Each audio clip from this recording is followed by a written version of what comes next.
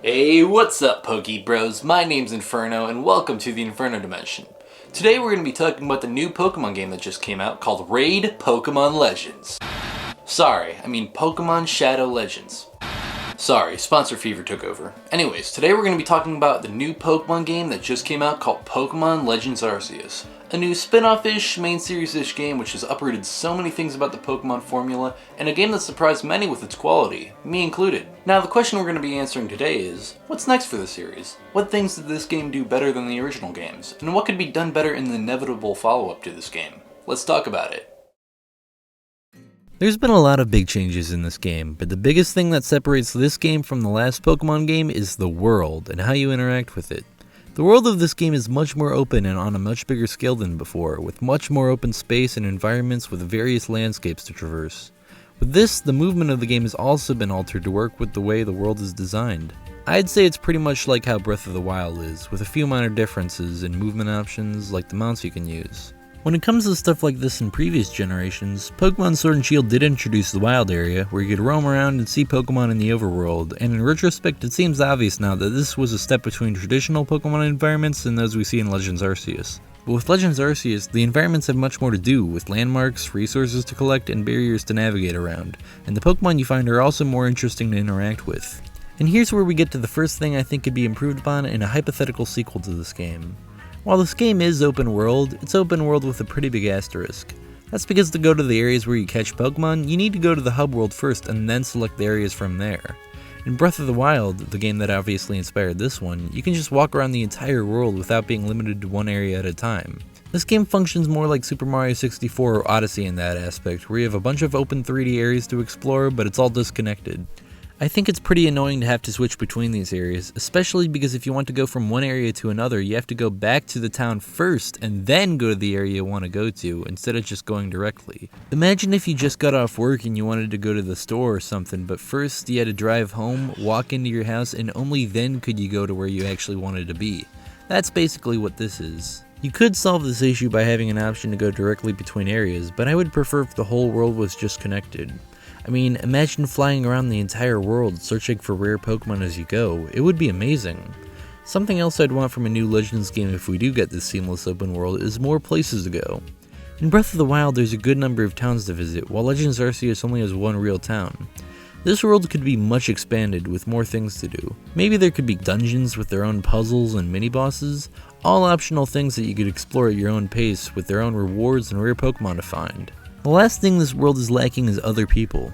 Outside of the hub and the camps, you will almost never talk to anyone or fight any trainers outside of the main story. This game does have a big lack of trainer battles, which I'll get into later, but other than that, it still feels like the world is missing something. Perhaps you could run into a wandering trainer with a really strong Pokemon and you could trade with him or fight. Something like that would be cool. So basically, I want a seamless open world and more stuff to do inside that world. But other than world design, what else could be improved? Other than the world, the biggest change to happen in this game is throwing. That's right, throwing doesn't sound like much, but it's huge. Unlike previous games where you had to spend time encountering a Pokemon and then catching it, you can just throw a ball at it and walk away, and this works a good amount of the time. You can even do this with some of the really strong Pokemon if you sneak up on them and use a really strong ball. Speaking of the balls, that's what she said. You get 3 different kinds in this game, each with their own upgrades. The regular balls, which are just normal, heavy balls, which are stronger when sneaking up on a Pokemon, and feather balls, which are amazing. They go really long distances when you throw them, so you can catch a Pokemon without even getting near it. I don't have many suggestions for this part of the game, other than maybe there could be more balls. I mean, there can always be more balls. The other way throwing changes in the game are with the boss battles. The gameplay of these are completely different from the rest of the battles in the game, being more like a third-person shooter, or thrower rather, as you throw stuff at the boss to make progress. The bosses are a great change of flow for the game, but I feel like they could be more fleshed out. These boss fights have you confined to a pretty small arena, and these bosses don't have much depth to them. All they do is roam around the arena doing the same few attacks and movements, and this already makes for a good battle, but there's so much more that could be done. They could use the surrounding arena to their advantage, like if there was lava the boss could try and knock you in, or maybe they could dig underground, stuff like that. In addition, there could be things like multiple boss phases, or different types of weapons to use against the bosses, other than bombs, but other than that, I really liked the bosses. They were some of the best parts of the game. Other than the world and throwing, there's 2 more significant changes to the gameplay that I've only slightly touched on. First is the resource collection and crafting. I'm not crazy about the resource collection in this game. All you do is throw your Pokemon at rocks and trees and get stuff like that. It doesn't change the game as much as you'd think. There are some items that make crafting worth it though. One of these items is the Smoke Bomb, which I love using to sneak up on Pokemon. If there was more cool stuff you could craft like this, I think it would help make the whole game a little bit more fun. The last big thing introduced is the ranking system. Basically, this measures your progress with how many Pokemon you've caught and how much information you studied from them. The more tasks you complete by catching new Pokemon and studying them, the more points you get. As you rank up, you get to unlock some items and progress in the game. This feature is pretty cool, and it really emphasizes the collection part of this game. Sometimes it was pretty annoying to have to catch a lot of Pokemon to advance in the game, but overall, it's a cool system. Alright, so we've covered my thoughts on the biggest changes this game has made and how they could be improved upon. With that out of the way, let's talk about the rest of the gameplay changes we haven't talked about yet. Alright, so if you know what Pokemon's all about, here's something you might be thinking. We're 5 minutes into this video analyzing the new Pokemon game, and we've barely even mentioned the battling. And that's not because it hasn't changed. There have been several significant changes to how battling works. The reason is because it has been significantly de-emphasized in the gameplay loop of this game. There's been a lot of features of battling removed in this game. Held items, abilities, EVs, and IVs have all been taken out, not to mention the hundreds of moves that have also been eliminated. On top of that, you can't even do online battles in this game. All of these removed features amount to a significantly de-emphasized battle system in the game, but on top of that, there are much less trainers to battle in this game.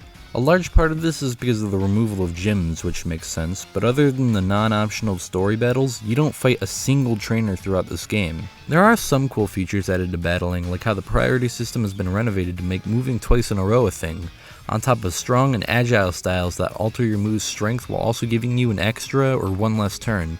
And also, in certain battles, you have to fight several Pokemon at once, which can be quite challenging. However, in my opinion, these new additions don't make up for the lacking battle content in this game. This lack of content makes it obvious that the way battles work in this game is a vestigial system left over from the older Pokemon games. I think the reason for these changes are to make battles quicker so that the player can get back to their tasks. This works for the purpose of this game. This game is not about battling, but it's still there, and I feel like something can be done with it to make it better. Perhaps the turn-based system of battles isn't needed for the next installment of the series, and a true action RPG combat system could be added, making you actually control the Pokemon and hitting different buttons for different moves. Or perhaps rather than changing from the current turn-based system, the devs could add more trainers and attempt to strike a better balance between battling gameplay and collection. Battling is a part of Pokemon that can't be removed, at least not in the main series games, so I hope some changes end up happening to it. Another thing that's lacking in this game is Pokemon interaction. Other than using them to battle and collect resources, you pretty much never do anything with your Pokemon, and I feel like that's a really big missed opportunity. This game is a full open world, the Pokemon are programmed to have their own movements and behaviors, and yet when it comes to interacting with your Pokemon, this game falls far behind almost every other Pokemon game. Now, to be clear, when it comes to interacting with wild Pokemon, no game does this better, but in this game, there's nothing like the Poke-Me, camping with your Pokemon, doing contests with them, nothing. All you really get to do is throw them out of their ball and look at them, I guess. This game has so much potential in this area. You could have Pokemon running by your side, or have birds fly by you and pick up stuff for you, which would make collecting better. There could be contests like previous Pokemon games, or you could play with them like dodging their moves or something. The sky is the limit with this, but it just falls flat. I didn't really feel a connection with my Pokemon in general. The only one I cared about was my Umbreon because he won all my battles, and isn't only caring about strong Pokemon like a sin or something? That's what the previous games and anime has taught me. And speaking of the anime, I thought I had while first playing this is, wow, this feels like the kind of adventure Ash would go on while roaming around. The early game atmosphere is really something in this game. This wears off as you get further into the game, but it makes me wonder, how could a Pokemon game be crafted to really give you that perfect atmosphere you'd want from games like these? I don't have an answer, but it's interesting to imagine. Well, those are my thoughts on some of the less revolutionary but still relevant gameplay aspects of this game. In the next segment, let's discuss some of the non-gameplay aspects like the story, the difficulty, and of course, those gosh darned visuals. So, as you may have heard, this game has a plot. I'm not going to get into the story details of this game, as if you played it, you know, and if you haven't, you probably don't want to hear it. I'll just say, after playing this game, I thought it was a good story, especially for a Pokemon game. I mean, it's no Mystery Dungeon Gates to Infinity or Pokepark 2, but it has its moments. I do like the new characters in this game, aside from this bitch, which is more than I can say about Pokemon Sword and Shield, although they aren't as good as, say, characters from Gen 7. In terms of waifus, you got Akari, she's alright. You also got Arezu, she gives great haircuts. Best girl is definitely Irida though. I mean, come on, she dresses like this in the cold. Finally, someone who gets me. There's not much else I can say about the story without getting into plot details, so let's move on. In terms of difficulty, this game is definitely a step up from the last few Pokemon games. The boss fights are genuinely challenging, especially the later ones. When it comes to the overworld, I don't think I've ever had all my Pokemon fame, but that's mainly because I physically run away before the enemy can kill my last Pokemon. That doesn't mean I haven't died though. I've been killed in the overworld by random Pokemon attacking me, or just by fall damage. And the penalty for death is losing items, which actually incentivizes you to not die. And although there aren't many trainer battles in the game, they are pretty hard, as some of the trainers even cheat by using multiple Pokemon against you at once. Overall, I'd say I'm pretty happy with this level of difficulty, but it would be nice if there was an option or something to make the game a little harder. Alright, I got one last big thing I want to talk about, and that's the graphics of the game. I'd say, overall, it's not terrible considering how quickly this game was developed, but if the best thing I can say about it is not terrible, that kinda shows you what we're dealing with. Is it annoying that this game came out 5 years after Breath of the Wild and looks much worse? Yeah. Is it annoying when things unsubtly pop in while walking around? Yeah. Is it f***ing hilarious that I found this Staraptor moving at 3 FPS and nobody working on the game noticed? Also yeah. It's a graphically disappointing game, but Pokemon games have always been left behind when it comes to graphics, so it's expected. When will Game Freak catch up to at least the standards of other Nintendo game developers? Who knows, but for now it doesn't take away too much from the experience. And with that, we've covered all the big topics I wanted to talk about. There's still some smaller things I wanted to mention though, and we've got time, so let's do a nitpicking speed round. You ready? 3, 2, 1, go! Why can't you throw stuff while riding around on Wordier? Having to get off just to catch something or collect a resource is the worst.